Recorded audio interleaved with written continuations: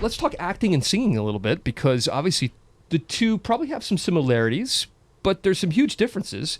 Which one is more difficult for you?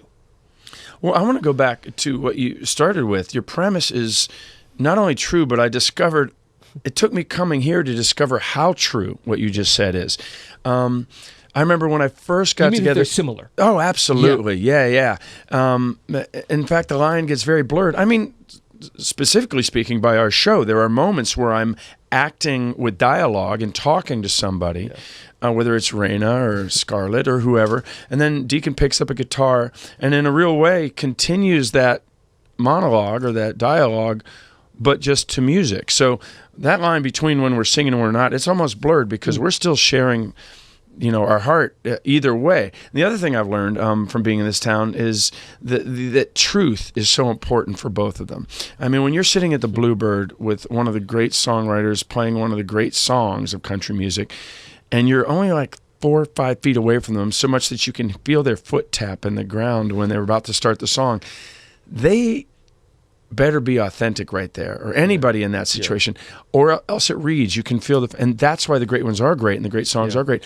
It is so true and is so real. Well, it's no different in a scene. If you smell lies all over it or something that's not real, it just doesn't click. So for me, that's been the exciting part. Is even when I'm writing a song, sometimes we'll stop and say, "Well, what are we trying to say here? And is that real?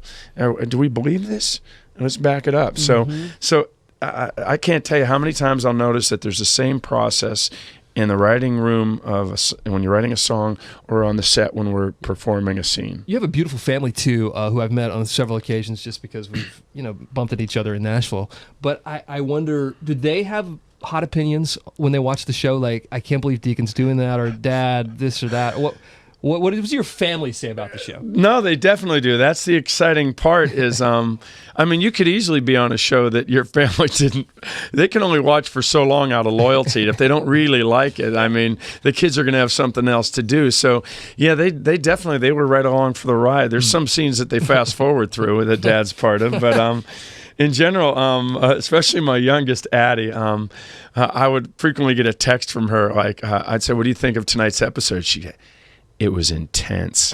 That was always a good review. That meant it shook her up a little bit. And so that's been the great part, not only of them getting to enjoy the show, but them getting to enjoy the town. Yeah. We're all Nashvillians now. They're here for the long haul, and that's been great.